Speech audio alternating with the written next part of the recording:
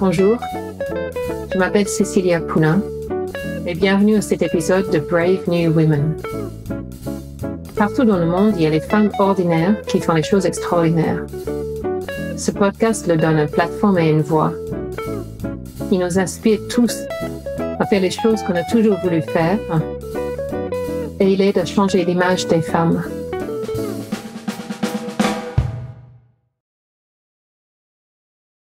Aujourd'hui, c'est un énorme plaisir d'accueillir Maria-Laura Baccarini. Donc, Maria-Laura est chanteuse, elle est danseuse, elle est comédienne, elle est auteure. Déjà enfant, elle était dans l'équipe nationale italienne de la gymnastique rythmique sportive, donc la GRS. Et puis, à l'âge de 18 ans, elle était star de la télévision italienne. Ensuite, elle a une très longue carrière dans la comédie musicale. Elle était toujours dans le rôle principal. Et plus récemment, elle a basculé dans une musique qui est plus jazz, plus inventive.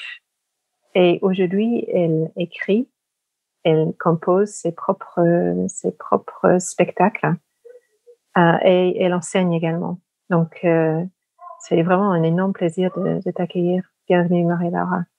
C'est un grand plaisir pour moi. Et d'ailleurs, je me berce dans ta voix qui est magnifique. Je te dis, avoir ta voix en casque, ça fait du bien. Je rentre dans ta bulle.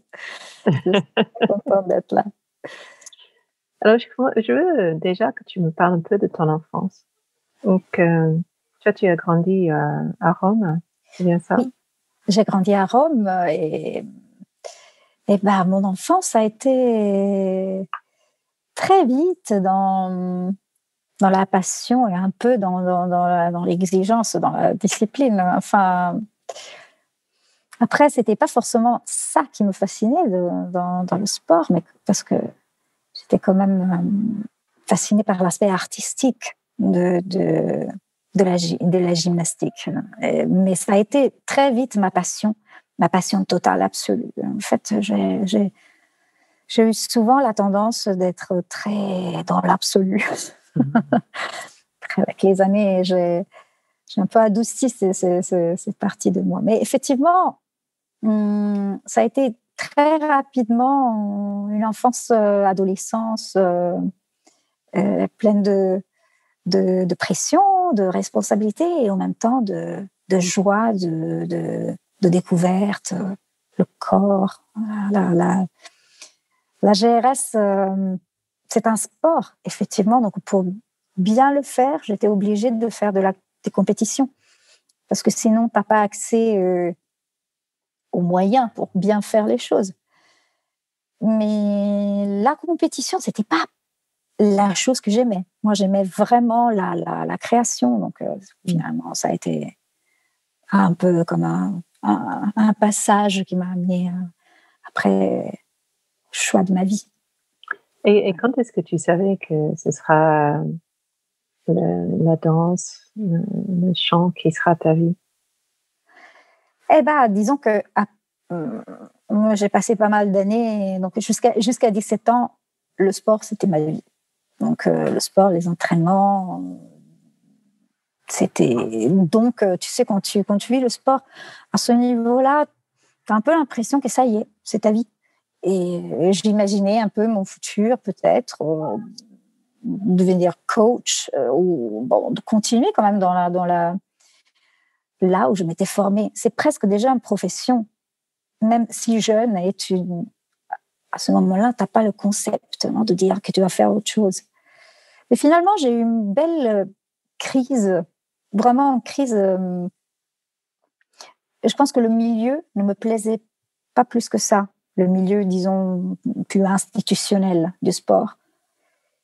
Et donc, je pense qu'il y a eu un moment où j'ai dit, bon, et alors, qu'est-ce que ça va être ma vie? Et à partir de là, j'ai fait une coupure très nette. Très nette. Et en fait, dans un moment où j'étais encore très amoureuse de cette activité. J'étais pas du tout fatiguée. Mais j'ai eu un an sabbatique dans lequel j'ai commencé un peu à faire de la danse, un cours de théâtre, improvisation. Et là, j'ai Et là, j'ai petit à petit, encore, disons, j'ai commencé la première exploration dans ce monde. Mais comme t'as dit, la télé est arrivée par hasard, plus ou moins à ce moment-là. Donc, ça a été une occasion qui est arrivée dans un moment où je n'avais pas les idées encore très claires sur l'idée de mon futur. Donc, c'est un âge où tu te jettes, tu te plonges dans des expériences où tu dis de toute façon, j'ai rien à perdre, de toute façon. Et donc, les vraies décisions sont arrivées plus tard. Mais bon. Et comment ça se fait que tu étais à la télé? Ça, pareil, c'était le hasard. Je prenais des cours de danse dans un studio à Rome, qui est un peu le studio plus important, qui s'appelle IALS. Et il y avait ce chorégraphe qui passait, qui avait donc repéré des gens. Il me dit, va faire cette audition, c'est beaucoup de travail. Enfin, et c'est vrai, je suis rentrée comme danseuse, et puis c'était l'époque où on commençait la télé en direct, c'était vraiment Rai Uno, donc c'était comme TF1 en France, donc vraiment la télé nationale en direct. Je te jure que si je vois des photos de l'époque, tu crois pas, j'ai une touffe comme ça de cheveux, des boucles-oreilles qui sont plus ou moins, là, je prends le premier objet que j'ai à côté de moi, comme ça, dans cette dimension-là, où je disais, je me sens nue. Si j'ai pas mes boucles-oreilles, je me sens nue. Eh ben oui, effectivement, ça te couvre ton corps. C'était vraiment l'époque des épaulettes, quelque chose que je ne peux pas. Mais c'était... Comme on se disait avant, on peut pas. C'est l'histoire, c'est les rencontres. Ça m'a appris quelque part. Ça m'a appris ce que je ne voulais pas. En fait, moi, j'avais besoin. Je pense que une carrière à la télé, il faut vraiment aimer le fait d'être un peu un objet qui est la propriété du public. En fait, le public, le fait qu'ils te voient tous les jours chez eux, non, les gens te voient chez eux, donc ils te rencontrent dans la rue et ils t'embrassent. En plus, en Italie, non, t'imagines. En France, peut-être pas, c'est pas comme ça. Mais en Italie, j'avais même l'impression, mais on se connaît. Et puis, quelques minutes plus tard, je me dis non, en fait, non, pas du tout. C'était des gens qui me tutoyaient tout de suite, qui me prenaient dans les bras et ça a duré 2 ans, plus ou moins, 1 an et demi, et non, ça pouvait pas être ça.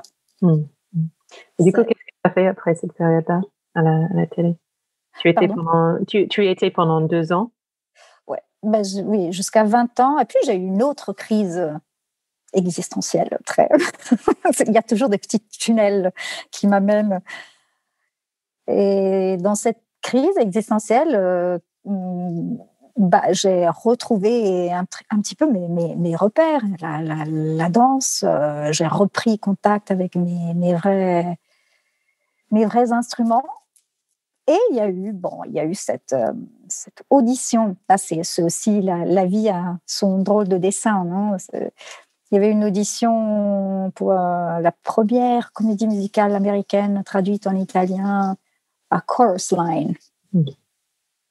Et donc, évidemment, c'était l'opportunité. Et à partir de là, effectivement, j'ai eu énormément de belles expériences, des magnifiques rôles qui se sont un peu enchaînés. J'avais étudié pour ça. Ça semble un peu rapide et un peu lié au hasard. Mais en effet, je viens d'une famille de gens de théâtre. Donc déjà dans mon enfance, je respirais le théâtre avec ma mère, mon père, le doublage, faisait du doublage. Tout le monde chez moi était dans ce milieu. Donc Et qu'est-ce qu'elle faisait, ta mère, dans ce milieu-là?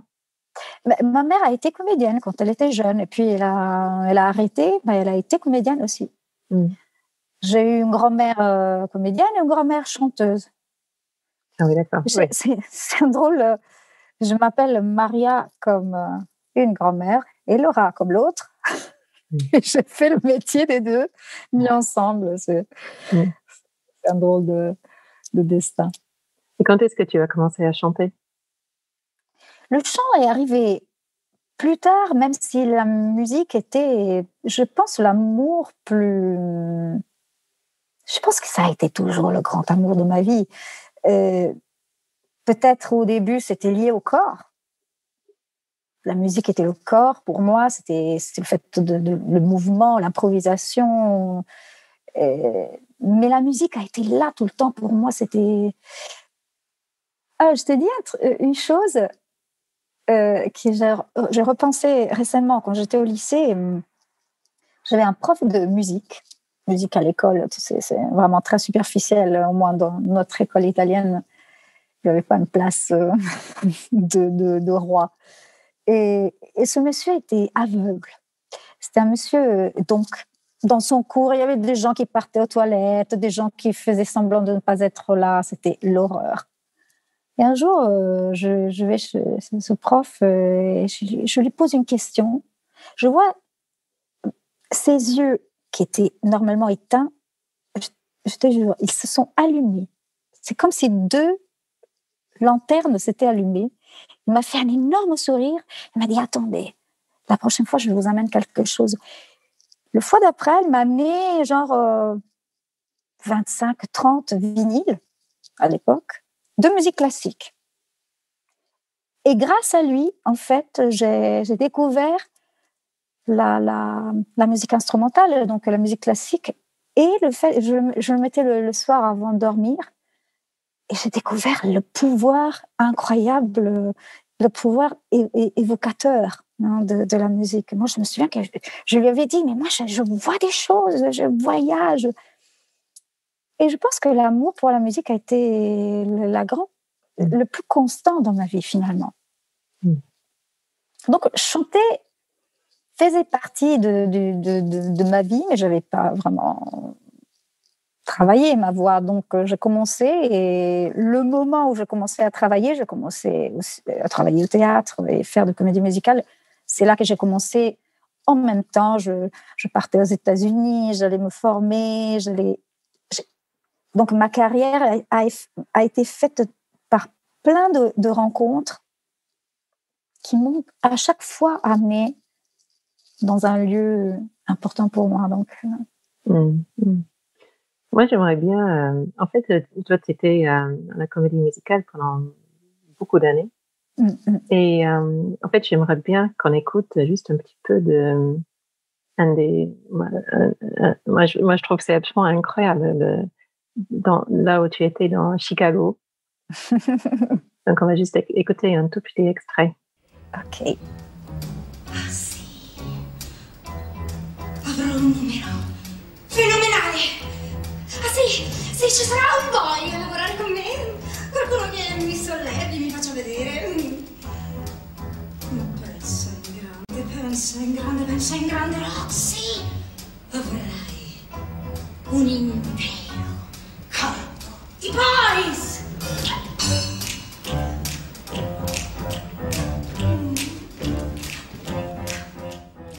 Alors, quand on te voit dans ce spectacle, moi, je voudrais savoir, en fait, ce que ça me soulève comme question, c'est comment c'est d'être sur scène pour toi? Alors, je pense que être sur scène, pour moi, c'est le privilège de vivre pleinement le moment présent. Tu vois, quand on parle dans les méditations, quand on dit le fait d'arriver à trouver le moment présent, incarner le moment présent dans la vie, c'est très difficile parce que notre tête est ailleurs. Ce qui se passe sur scène, pour moi, c'est ça, en fait. C'est une forme de je suis exactement là où je suis. j'incarne ce moment et c'est tellement, tellement précieux, tellement plein. Après, effectivement, j'ai eu des moments où j'étais sur scène tous les jours. Donc, disons que tu prends une forme de c'est presque chez toi en fait. La scène n'a plus cette. Et en même temps, ça t'étonne toujours ce jour particulier, non? Je repensais à ça justement pendant une méditation, il y a pas très longtemps, où on me disait rappelle-toi un moment unique dans ta vie. Et je me souviens d'un soir précise justement dans cette première comédie musicale à Chorus Line, un soir où je sentais que tout était là. C'est qu'il n'y avait pas d'effort, que mon corps était là, que mon âme était là.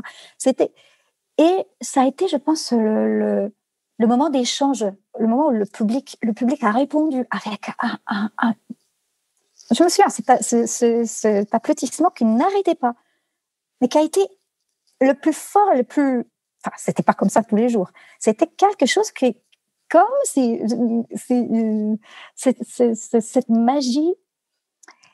Et c'était pas. C'est difficile à expliquer. Souvent, on a besoin du public qui nous rassure, qui nous dit qu'on est bien.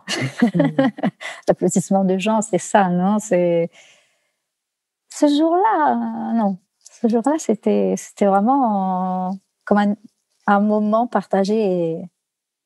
Donc, pour te répondre, ça change.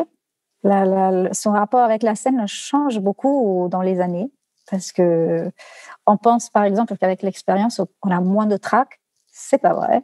On a plus de trac parce que l'enjeu est plus fort, parce que c'est comme avoir du coup la conscience aussi de la responsabilité qu'on a. Parce que quand même, on est là et les gens nous écoutent, donc c'est.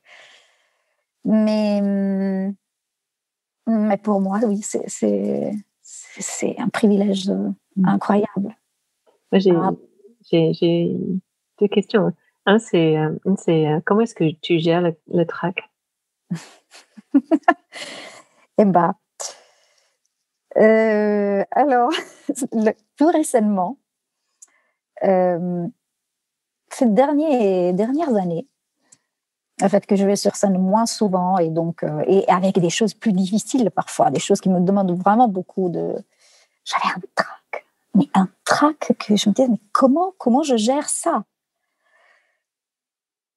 Alors j'ai commencé à utiliser dans mes derniers projets en solo, j'ai commencé à utiliser des loop stations et complètement en solo, je me retrouve à gérer une partie d'interprète, donc toute ma partie artistique, mais aussi toute la partie de technicien, parce que quelque part, je suis un technicien qui en même temps joue. Et ce jour-là, je me suis rendu compte que la concentration pour ça m'enlevait tout le trac. J'ai besoin d'une telle concentration que, tu vois, c'est vraiment... Et je pense aussi que c'est aussi l'intérêt que j'ai développé pour la création. Donc, le fait de ne plus être que interprète, mais être aussi créateur, ça relativise énormément le rôle d'interprète. En fait, on est dans la conception globale, hein, d'un objet, de quelque chose. Et ça, je pense que ça a allégé, ça a soulagé le trac. C'est un peu aussi la responsabilité que tu ressens vis-à-vis des autres aussi, avec qui tu partages la scène, vis-à-vis de l'exigence de ce que tu fais. Donc oui, j'ai géré avec la responsabilité. C'est drôle, hein? Et mon autre question, c'est quand tu vas sur scène, ça demande un tel effort de perfection. Il y a combien de travail derrière? C'est depuis toujours. En fait, tu sais, justement, on est parti de mon enfance. Et en fait, je pense que cette exigence-là vient du sport. et vient de ce genre de sport. C'est pas pareil pour tout le monde. Hein. Il y a des gens qui arrivent à, qui même peut-être qu'ils te disent que trop de travail, ça tue quelque chose, ça. Spontanéité. C'est très, je pense que c'est très personnel. Moi, je pense que c'est vraiment une rencontre entre ce travail-là, très strict, qui après décide de se libérer. Et alors, ce moment-là est très compliqué, en fait. Je pense que c'est assez récent pour moi par rapport à ma vie entière.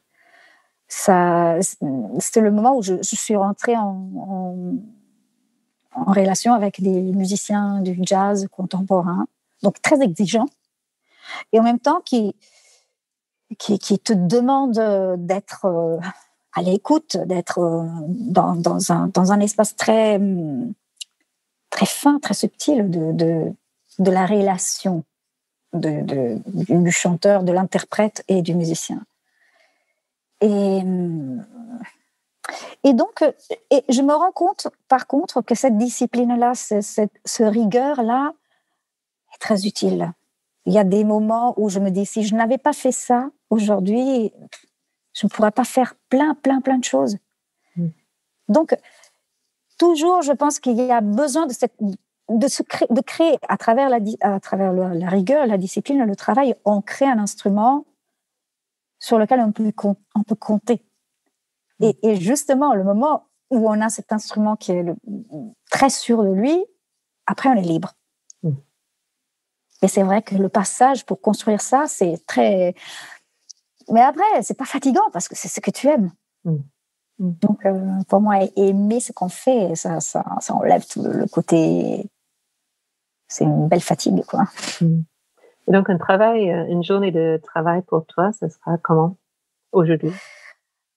Aujourd'hui, ça dépend sur quoi je travaille. Parce que si j'ai une journée de répétition, par exemple, moi, et si je répète seule, moi, j'ai une belle discipline, autodiscipline. Ça m'aide beaucoup. Je peux répéter une journée entière seule sans me rendre compte que la nuit est arrivée et je suis encore au boulot parce que personne ne me dit pause, déjeuner. Je ne fume pas, donc j'ai même pas la cigarette. C'est horrible. Je pense que j'ai toujours des voisins assez gentils parce que aussi je chante. Mais sinon, ça peut être mes journées de boulot où j'ai écrit. Je suis très compulsive en fait. J'ai le besoin de me concentrer, et de me plonger dans ce que je fais.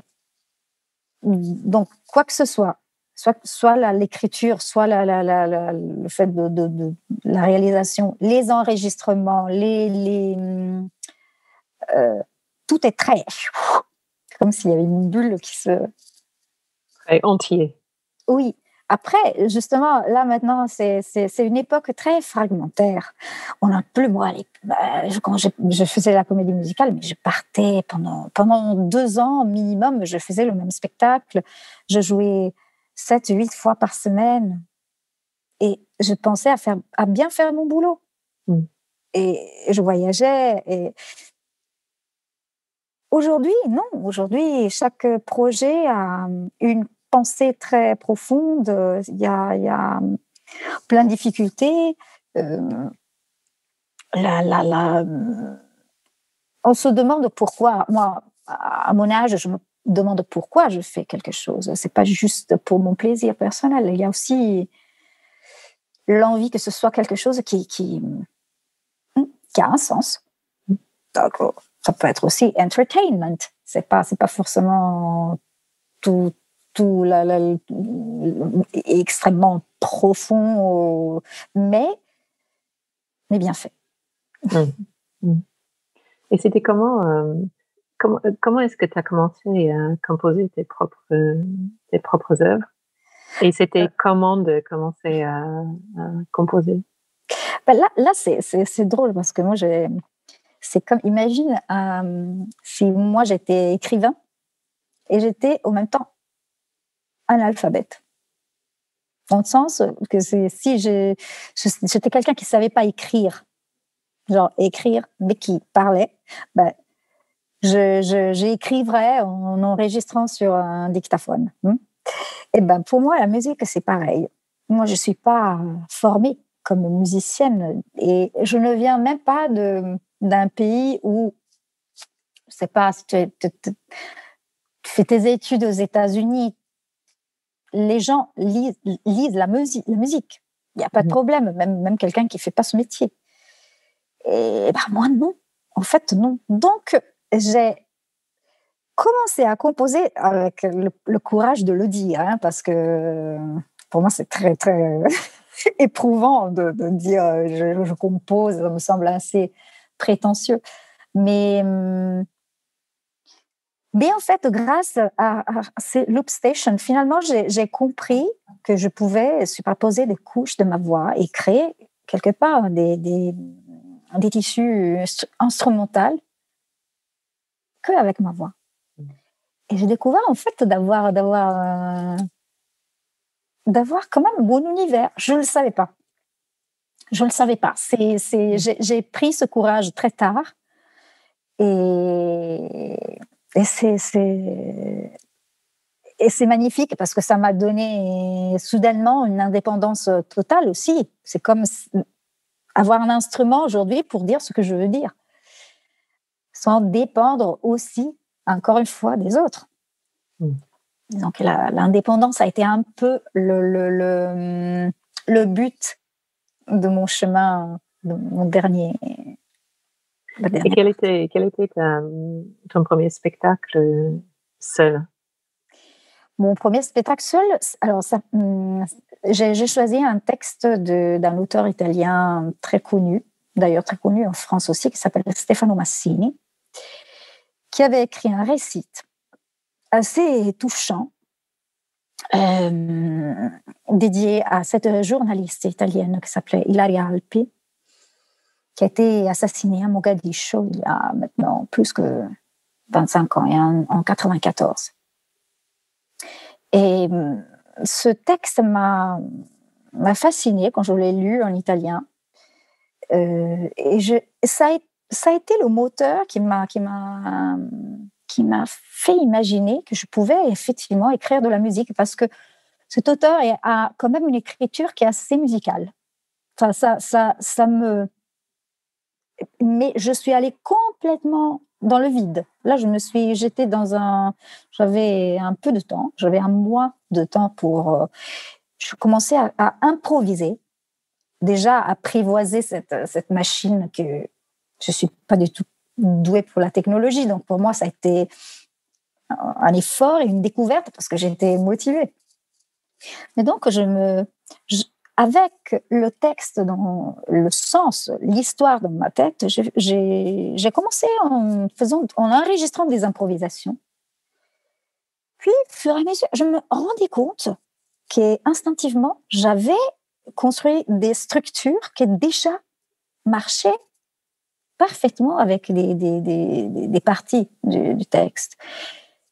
Et ça a été random.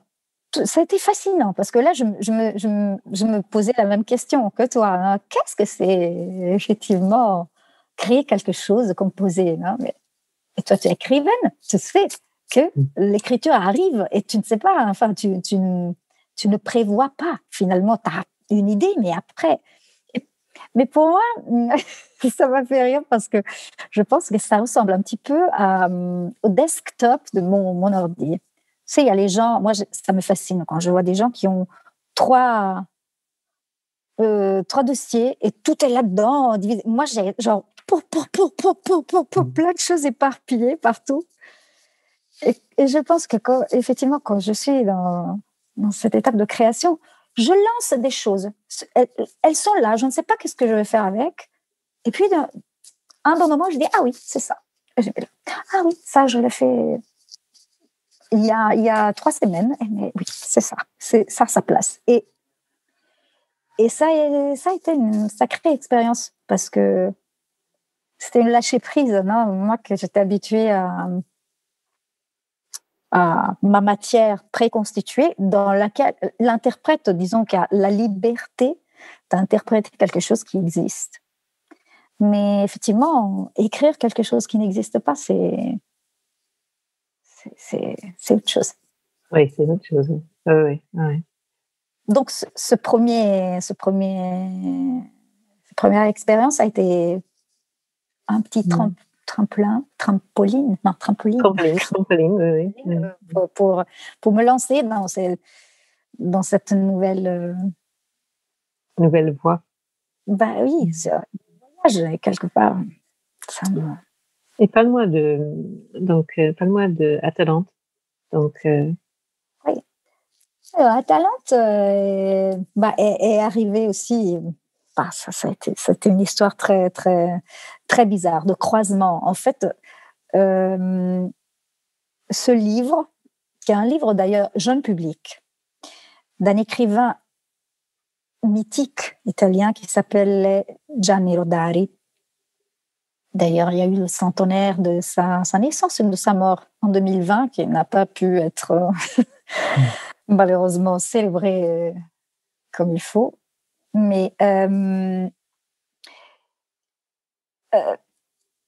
ça aurait dû être l'inspiration pour des compositions d'un projet qui après ne s'est pas fait.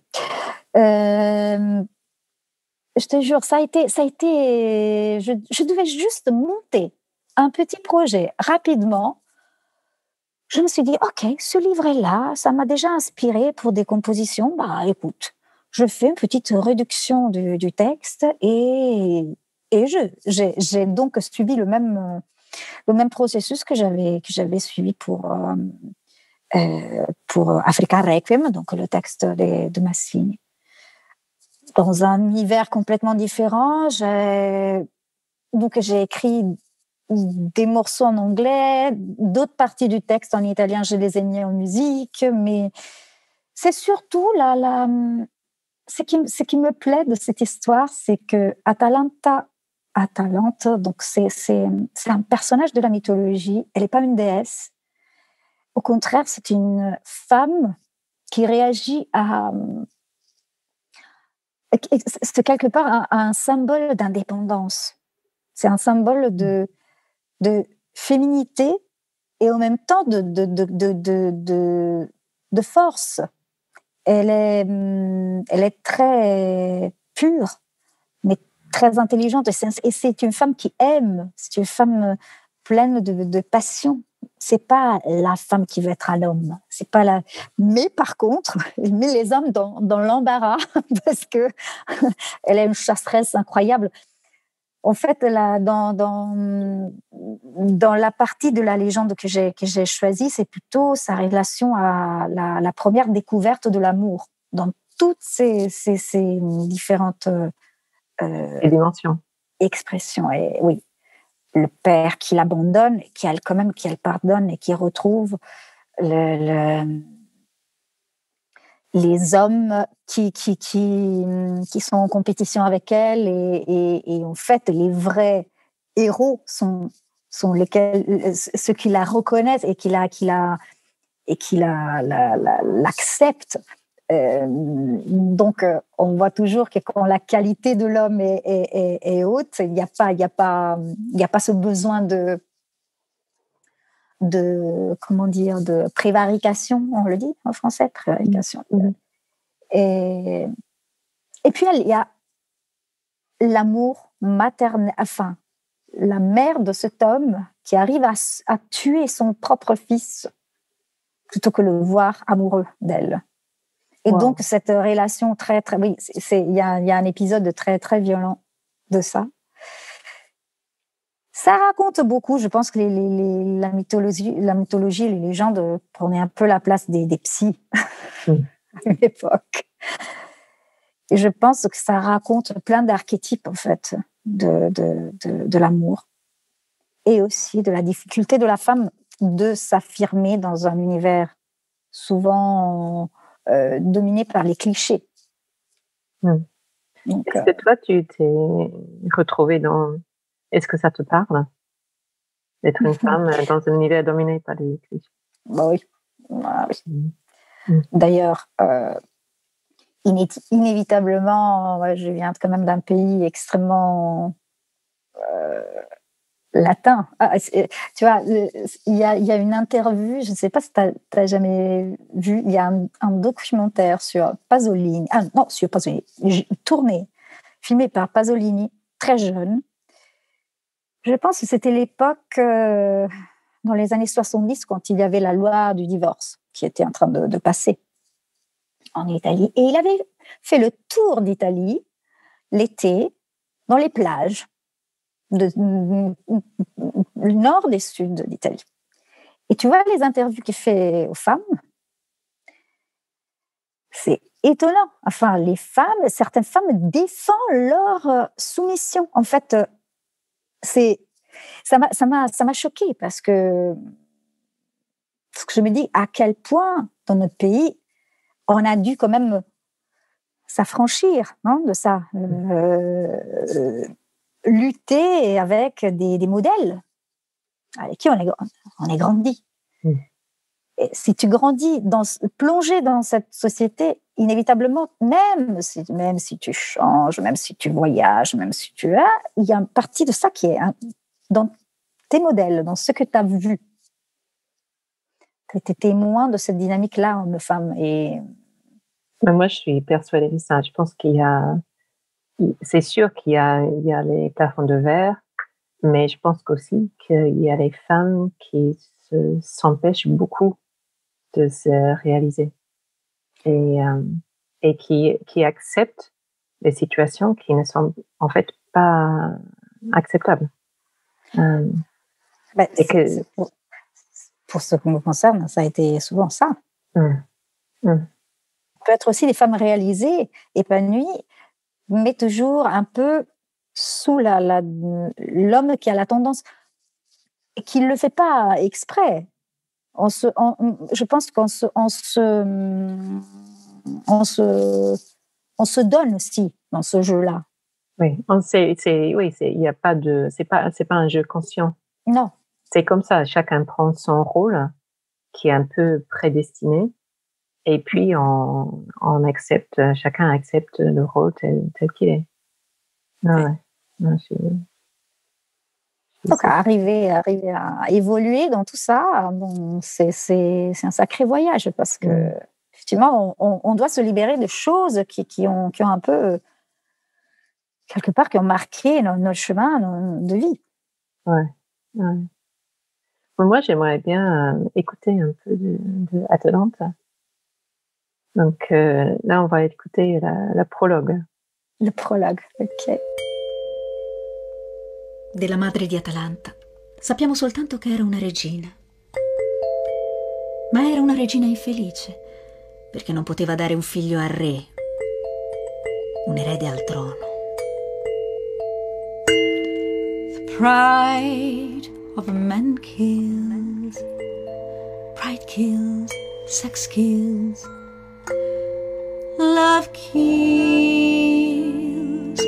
If I were an eagle, I'd be king and kind.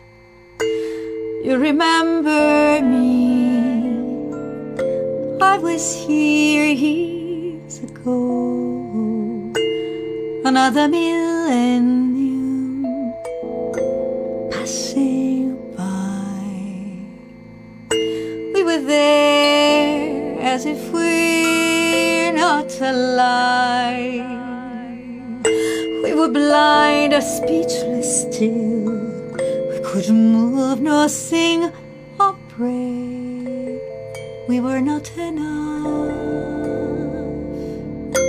Our gods drank our blood.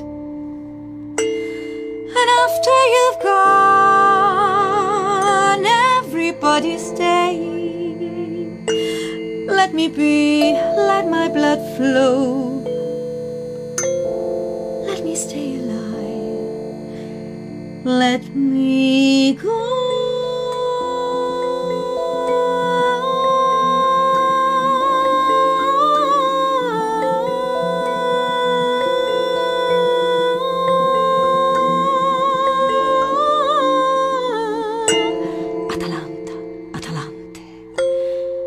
outland, out of my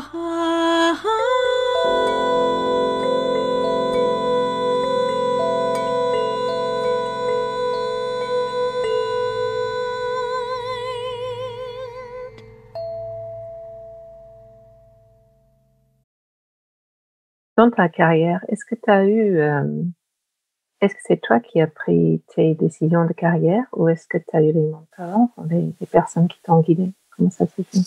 Non, effectivement, c'est moi que j'ai pris mes décisions. Après, peut-être, il y a eu des moments où la vie a un petit peu pris des décisions pour moi. Soit disant que peut-être une occasion importante arrivait et donc tu embrasses un petit peu ce qui arrive. Peut-être que c'était... Je me demande parfois,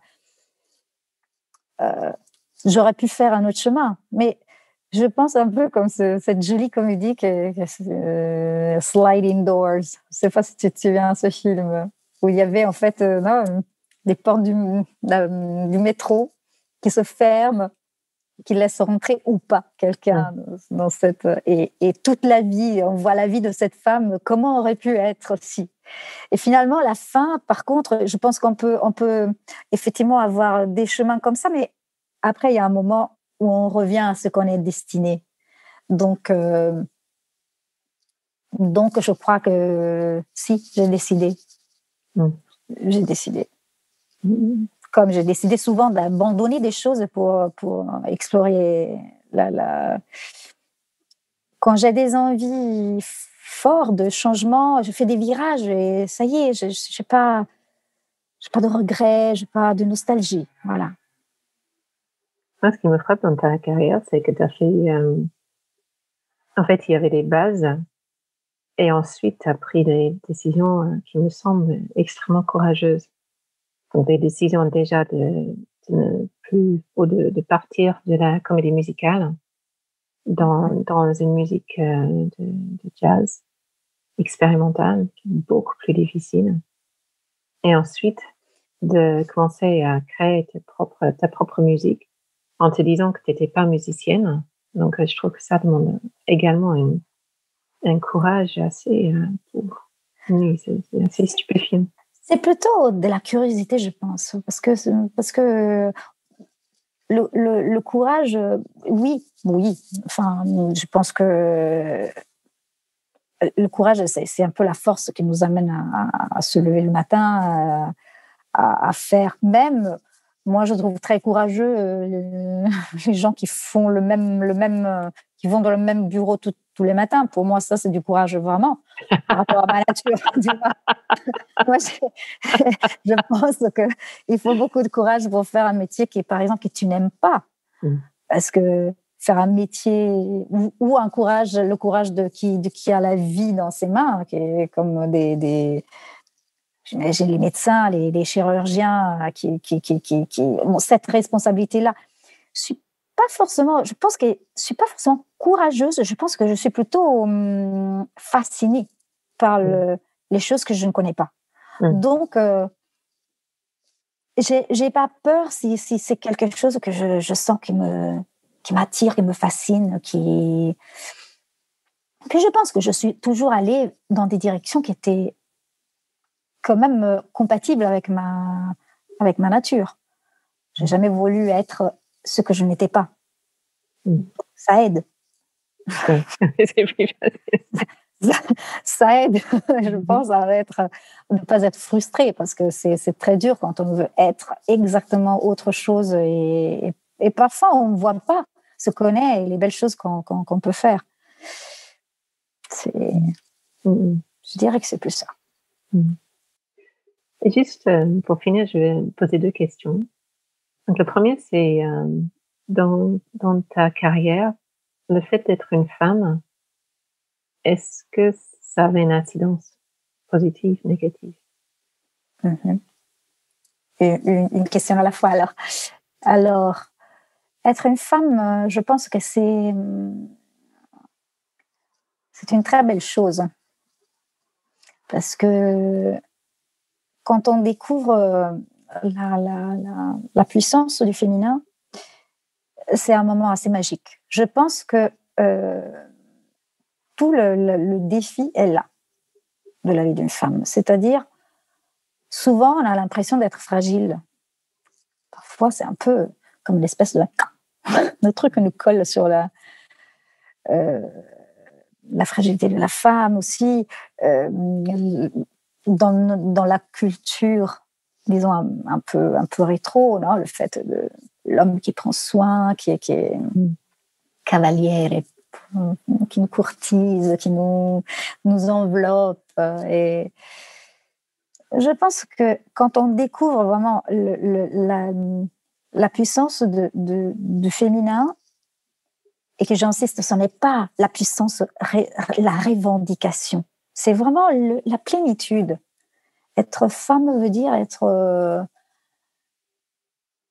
créatrice, être sensible, avoir une finesse de perception des choses.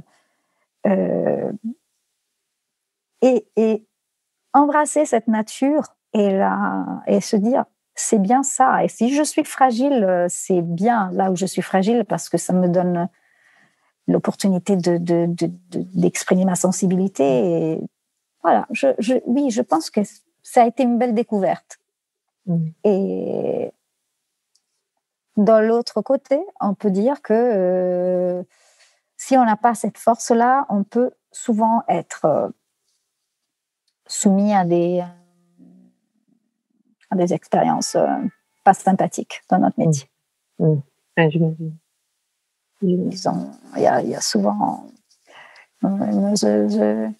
la dernière fois que j'ai parlé avec un producteur, et je me suis rendu compte qu'en fait, chez lui, il y avait soit la séduction, soit le mépris. Il n'y avait pas un truc au milieu, genre on parle d'être humain à être humain. Ça, c'est décevant. Mais c'est pas toujours ça, heureusement. Et puis, quand on apprend à savoir se défendre, c'est une belle chose. En fait, j'ai complètement oublié, mais avant de poser mon dernière question, je voudrais te parler de tes ateliers. Parce qu'aujourd'hui, tu enseignes. Donc, parle-moi un peu de tes enseignements. Oui, ça a été une espèce de parcours parallèle qui est né un peu tard, parce que donner des ateliers, il faut quand même de l'expérience, mais c'est pas dit. En fait, c'est un cliché qu'on s'impose. En tout cas, pour moi, ça a été la clé pour connaître des choses, des êtres humains que je ne connaissais pas. J'ai commencé à d'abord m'inviter dans des écoles de théâtre, de comédie musicale. Donc, je me disais, mais qu'est-ce que je peux stimuler, apporter à des jeunes? Et j'ai pensé à ce que m'a manqué. J'ai pensé justement à des choses que j'aurais voulu recevoir quand j'étais jeune. C'est-à-dire quelqu'un qui pouvait m'encourager à être moi-même, qui pouvait m'encourager à me dire que plutôt que bien faire quelque chose comme il faut, j'aurais pu découvrir ma façon unique de faire quelque chose. Et donc, à partir de là, c'est un long parcours qui a commencé, d'ailleurs, avec un jeune musicien que j'adore, qui s'appelle Emiliano Begni, que j'ai rencontré très jeune. Et on a commencé à faire ce parcours ensemble. Et il est le musicien parfait parce qu'il est bienveillant, il met les gens à l'aise. Et c'est des lieux où la créativité s'active. En fait, ce qui me fait plaisir, je fais des week-ends, des 3 jours intensifs. Mais la plupart des fois, je vois des gens sortir qui après m'appellent, mais j'ai écrit une pièce ou je compose. Et des gens très jeunes qui trouvent rapidement leur voix. Et je pense sincèrement que la voix, c'est le lieu plus intime de l'être humain. Donc, il faut le traiter avec beaucoup d'attention et et de sensibilité, parce que c'est comme quelqu'un qui chante devant toi, c'est comme quelqu'un qui te donne ses tripes, son cœur. Chanter, c'est se mettre à nu. Et donc, j'ai commencé ça, puis j'ai fait beaucoup de choses aussi dans la pédagogie. Moi qui ai chanté à un tout petit niveau, je confirme que quand on chante devant les autres, on se sent complètement nu. Et puis la voix, c'est partie de toi. Par exemple, tu écoutes ta voix de l'intérieur de ton corps, mais ça n'a rien à voir avec la voix que les autres entendent. Et c'est une relation très, très intime. La voix, on ne la voit pas. La voix, on l'entend, mais on ne sait pas de où. C'est un merveilleux mystère de comment libérer. Je me suis rendu compte qu'en libérant le corps des tensions, en stimulant l'imaginaire, la voix s'enrichit de tellement, tellement de choses. Et c'est fascinant de voir ça se produire. Ce qui est intéressant dans ce que tu dis par rapport à tes ateliers, c'est que, en fait, toi, tu aurais aimé qu'on te dise que tu peux être toi-même beaucoup plus jeune, mais en même temps, tu t'es basé sur c'est quelque chose d'extrêmement rigoureux et imposé dans ton enfance. Donc, c'est les deux. C'est la rigueur et la possibilité d'être soi-même. Sans la rigueur, peut-être on ne peut pas être soi-même et être complètement réalisé. C'est ce que on disait au début. On a besoin de cette rigueur parce que ça forme nos instruments pour s'exprimer. Et une fois que les instruments sont là, c'est bien de les entraîner. C'est une autre personne que j'ai rencontrée sur mon chemin, c'était Elizabeth Kemp, qui malheureusement est morte il y a quelques années. C'était une coach de Actors Studio, femme merveilleuse, qui effectivement, je pense que j'ai appris chez elle, j'ai pris une énorme inspiration pour mes ateliers pour le chant. Autant que comme comédienne, je pense que ce qu'elle m'a laissé comme bagage d'expérience, ça a été vraiment ça, cette approche extrêmement, presque spirituelle, je dirais. Sans le presque.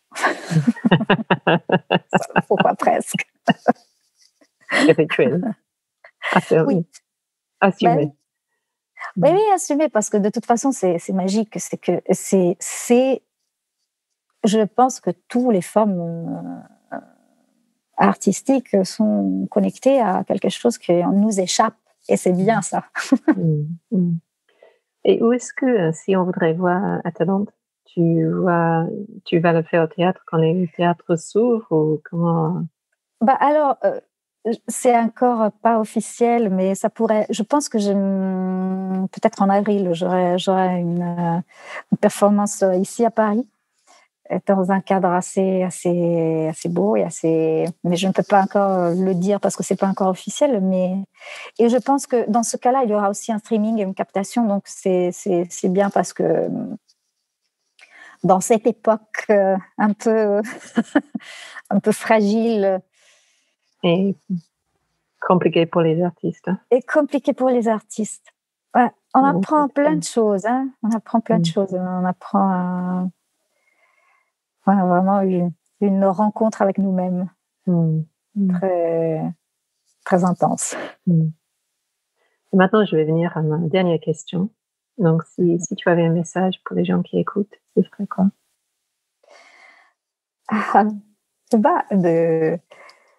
Message, pour moi, c'est de se laisser fasciner par l'existence, par toutes ces étapes. Le message plus beau qu'on peut donner. Justement, moi, souvent, j'ai des jeunes à côté de moi et le fait de se dire que chaque étape est importante, ne pas avoir peur de vieillir, par exemple. Ne pas avoir peur que si on n'est pas arrivé au succès, et puis voilà, que le succès, c'est vraiment faire ce qu'on aime. Si on arrive à faire ce qu'on aime, on a gagné. On a gagné. Si on sait ce qu'on aime et on peut le faire. Qu'est-ce qu'il y a de mieux dans la vie? Non, je termine ces entretiens avec un petit message ou avec la musique qui est écrite pour le podcast. Mais là, j'ai pas envie de faire ça. J'ai envie de t'écouter. Donc, je vais massacrer la prononciation. Tu vas l'améliorer pour moi. C'est Gaber io e le cose. T'as pas du tout massacré. C'était magnifique. si tu veux bien le dire en bon italien. Gaber io e le cose. Et Gaber était un homme que j'invite à découvrir parce que c'est un artiste d'une générosité, d'une profondeur rare, à qui j'ai eu l'honneur de faire un hommage avec ce duo que je pense que tu vas peut-être montrer, violon-voix. Et c'est les textes les plus beaux que j'ai jamais interprétés dans ma vie. Donc, je suis très, très fière de ce projet. Très, très. Well, merci beaucoup, Maria-Lara. Grazie. Un plaisir. Ouais, pour moi aussi. Grazie mille. In una spiaggia poco serena camminavano un uomo e una donna e su di loro la vasta ombra di un dilemma. L'uomo era forse più audace, più stupido e conquistatore. La donna aveva perdonato non senza dolore. Il dilemma era quello di sempre, un dilemma elementare. Se aveva o non aveva senso il loro amore. In una casa a picco sul mare vivevano un uomo e una donna e su di loro la vasta ombra di un dilemma. L'uomo è un animale quieto, se vive nella sua tana. La donna non si sa se ingannevole o divina. Il dilemma rappresenta l'equilibrio delle forze in campo, perché l'amore e il litigio sono le forme del nostro tempo. Il loro amore moriva come quello di tutti, come una cosa normale e ricorrente, perché morire, far morire è un'antica usanza che suole aver la gente.